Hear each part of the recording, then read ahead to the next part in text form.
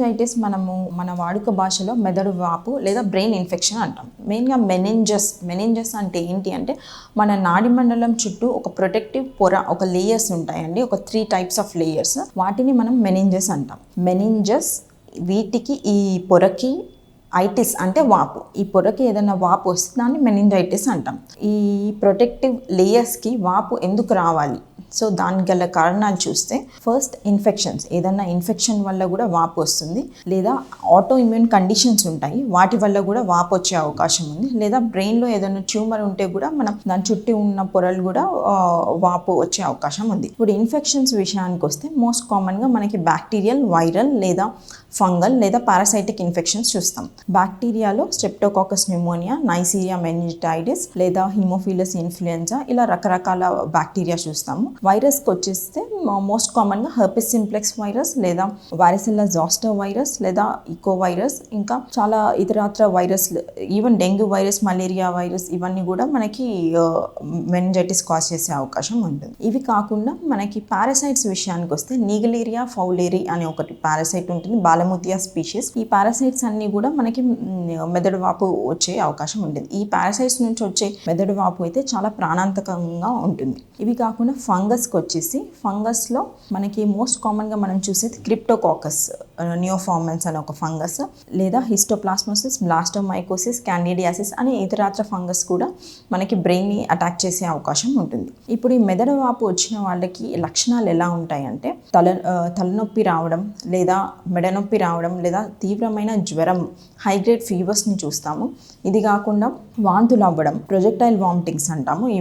ఈ వామిటింగ్ని ఆపుకోలేము అనమాట. ఈవెన్ మనం వాష్ బేసిన్కి వెళ్ళే వరకు కూడా మనం ఆపుకోలేము. దీన్ని ప్రొజెక్టైల్ వామిటింగ్స్ అంటాము. ఇవి కాకుండా ఫిట్స్ వచ్చే అవకాశం కూడా ఉంటుంది. దీంతో పాటు కన్ఫ్యూజ్డ్ స్టేట్, లేదా ఏదన్నా మగతలోకి వెళ్ళిపోవడం, లేదా ఒకవైపు ఇంకా సివియర్ కేసెస్లో అయితే ఒకవైపు పక్షవాతం రావడం, మూతి వంకరపోవడం, లేదా మనకి కంటి చూపులో రెండుగా కనిపించడం, కన్ని గుడ్డు తిప్పలేకపోవడం, ఇలాంటి లక్షణాలు కూడా చూడడం జరుగుతుంది. సో ఇప్పుడు ఈ లక్షణాలతో వచ్చినప్పుడు ఒకటి గుర్తుపెట్టుకోవాలండి, మెనింజైటిస్ అనేది న్యూరలాజికల్ ఎమర్జెన్సీ. అంటే ఖచ్చితంగా మీరు అడ్మిట్ అయ్యి ట్రీట్మెంట్ తీసుకోవాల్సిన అవకాశం ఉంటుంది, లేదంటే ప్రాణాంతకంగా మారే అవకాశం కూడా ఉంది. సో దీన్ని ఎలా నిర్ధారణ చేస్తాం?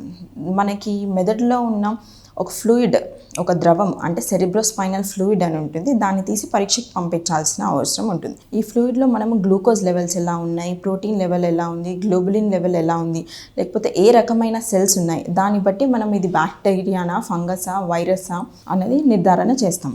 దీంతో పాటు మనము ఒక PCR టెక్నిక్ ద్వారా దీన్ని బయోఫైర్ ఫిల్మ్ అరే ప్యానెల్ ఉంటుంది బ్యాక్టీరియాకి అయితే, బ్యాక్టీరియల్ మెనింజైటిస్కి అయితే. ఈ ప్యానెల్కి పంపిస్తే మనం ఏమేమి బ్యాక్టీరియా ఉందో ఆ ఫ్లూయిడ్లో మనం నిర్ధారణ చేసి డయాగ్నోసిస్ని కన్ఫర్మ్ చేసే అవకాశం ఉంటుంది. దీంతో పాటు మనము imaging, brain imaging, MRI brain with contrast, అంటే ఒక ఇంజెక్షన్ ఇచ్చి మన బ్రెయిన్ని స్కాన్ తీస్తే నేను చెప్పిన విధంగా బ్రెయిన్లో ఉన్న ఏవైతే పొరలు ఉన్నాయో అవి ఎన్హాన్స్ అవుతాయి, ఇంకా బ్రైట్గా కనిపిస్తాయి. ఎందుకంటే అవి వాసాయి కాబట్టి ఇంకా బ్రైట్గా కనిపించే అవకాశం ఉంటుంది. సో వీటితోని మనం నిర్ధారణ చేస్తాం.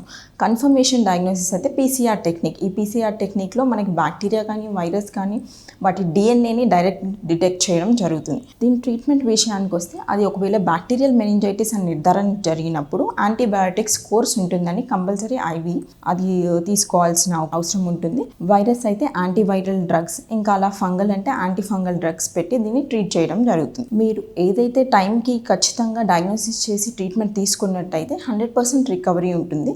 లేదు అని అంటే ఇది ప్రాణాంతకంగా మారే అవకాశం కూడా ఉంటుంది. Meningitis is a neurological emergency అని మనం మైండ్లో గుర్తుపెట్టుకోవాలి.